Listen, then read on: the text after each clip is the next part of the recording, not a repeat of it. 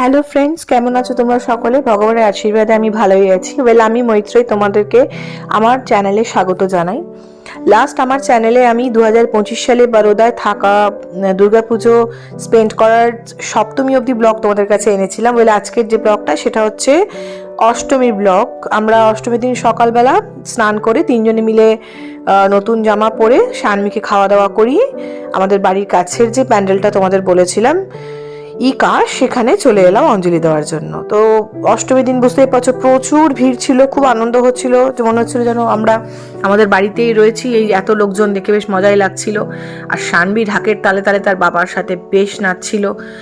আর চারিদিকে যে দেখতে পাচ্ছ ভোগ নিয়ে যাওয়া হচ্ছে মায়ের। এবারে মাঝখানে একটা ভোগ হবে, মানে ভোগ দেওয়া হবে মাকে, তারপর আমরা অঞ্জলি দেবো এবং অঞ্জলির জন্য আমরা সকলে ওয়েট করছিলাম। তার মধ্যে মধ্যে আমরা বেশ বাঙালিরা একসাথে অনেকদিন পর মিলিত হয়েছি, তো বেশ গল্প স্বল্প হচ্ছিল আর ঢাকের আওয়াজ এনজয় করছিলাম, মা দুর্গার কাছে প্রার্থনা করছিলাম।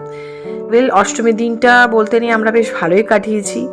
তো এখানে আমরা বেশ কিছু ছবি তুলে অঞ্জলি দিয়ে অনেকের সাথে আলাপ করে আমরা অষ্টমীর দিন সকালে গেছিলাম রামকৃষ্ণ মিশন বরোদাতে খুব সুন্দর একটা রামকৃষ্ণ মিশন আছে। তো সেখানে আমরা অষ্টমীর দিন সকালে প্রণাম করার জন্য গেছিলাম এখান থেকে, এবং সেই রামকৃষ্ণ মিশনে গিয়ে বেশ কিছু ছবি তুলে ঠাকুরকে প্রণাম করে দুপুরবেলা বাড়িতে এসে আমরা রেস্ট নিলাম। কারণ দেখো শানবিকে খানিকটা রেস্ট দিতে হবে, আবার তো অষ্টমী বলে কথা, সন্ধেবেলা তো বেরোবই, তাই না? তো শানবিকে খাওয়া দাওয়া আবার খানিকটা করিয়ে রেস্ট দিয়ে আমরাও রেস্ট নিয়ে আবার সুন্দর করে সেজে গুজে দেখতে পাচ্ছ বিকেলে আমরা বেরিয়ে গেলাম।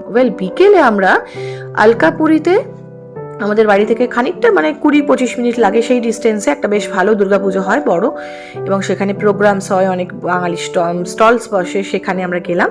সেখানেও বেশ এনজয় করছিলাম, কারণ আমরা অষ্টমী বলে কথা, প্রচুর ভিড় ছিল, সকল বাঙালিদের সাথে দেখা হচ্ছিল এবং ঢাকের তালে তালে বেশ শানভিও এনজয় করছিল, আমরাও এনজয় করছিলাম। তো বেশ মজা করছিলাম। এই আলকাপুরীর দুর্গাপুজোটা আমরা এনজয় করে আমরা এই যে দেখতে পাচ্ছ এখানে বেশ সবাই মিলে ধুনাচি নাচ করছে, বেশ দারুণ একটা সুন্দর অ্যাটমসফিয়ার তৈরি হয়েছিল। শানভিও খুব এনজয় করছিল, অবভিয়াসলি তার মানে বুঝতে শিখে যে খানিকটা 1 বছর হয়ে গেছে অলরেডি ওই টাইমটাতে ওর। তাই সেই এখানে আলকাপুরীর পুজোটাতে আমরা বেশ কিছু খাওয়া দাওয়া করেছিলাম, বাঙালি স্টলস প্রচুর বসেছিল, ভালো ভালো খাবার ছিল এবং সেখানে ভালো প্রোগ্রামসও হচ্ছিল, ডান্স মানে আবৃত্তি এসব হচ্ছিল, ঠিক আছে, গানও হচ্ছিল। তো আমরা এগুলোকে খানিকটা এনজয় করলাম। খাওয়ার ভিডিও বিশেষ করে নিতে পারিনি, কারণ শানভি প্যারাম্বুলেটারে ছিল আর ওর বাবা আর আমি দুজনে মিলে ওই খেতে খেতে ভিডিও করতে আমাদের পক্ষে, মানে আমরা খুব একটা একাস্টাম তো নই বলো, আমাদের তো অভ্যাস নেই এইভাবে এতটা ভিডিও করা, হয়তো গ্র্যাজুয়ালি হয়ে যাবে, বাট এখনো অবধি সেই অভ্যাসটা আমাদের ছিল না, তাই খাওয়ার ভিডিওগুলো খুব একটা করতে পারিনি। বাট আমরা ভালোই খাওয়া দাওয়া করেছিলাম ওই টাইমটাতে। ওখান থেকে প্রোগ্রাম এনজয় করে খাওয়া দাওয়া করে আমরা ওখান থেকে আরও বেশ খানিকটা দূরে আরেকটা বিরাট বড় পুজো হয় বরোদাতে, east West cultural association.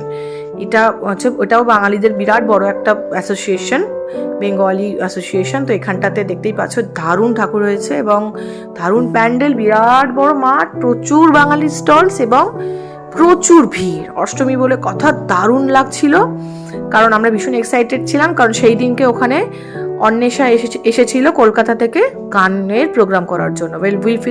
We felt really lucky কি আমরা সামনে থেকে অন্বেষার অত সুন্দর সুন্দর গান শুনলাম। Anwesha is really a very good singer. তো প্রত্যেকেই ভীষণ এনজয় করছিল। তার মধ্যে এখানে শানভির বেশ কিছু সিনিয়র দাদা দিদি তার সাথে খেলতে চলে এসেছিল, আর আমি এই মুহূর্তগুলোকে ক্যামেরা বন্দি করে রাখছিলাম যাতে শানভি বড় হয়ে এগুলোকে দেখতে পায়। বেশ ভালোই লাগলো বন্ধুরা। অষ্টমীর দিনটা আমরা এখানে অন্বেষার প্রোগ্রাম শুনছিলাম, দূরে স্টেজে দেখতে পাচ্ছ অন্বেষা গাইছে, এবং আমরা খাওয়া দাওয়া ওখানে প্রচুর খাওয়া দাওয়া করে সেই দিন আমরা বাড়ি চলে গেলাম। আজকের মতো এখানেই শেষ করলাম ব্লগটা, আবার নবমী ব্লগ নিয়ে তোমাদের কাছে আসবো। ভালো থেকো বন্ধুরা, টাটা, গুড বাই।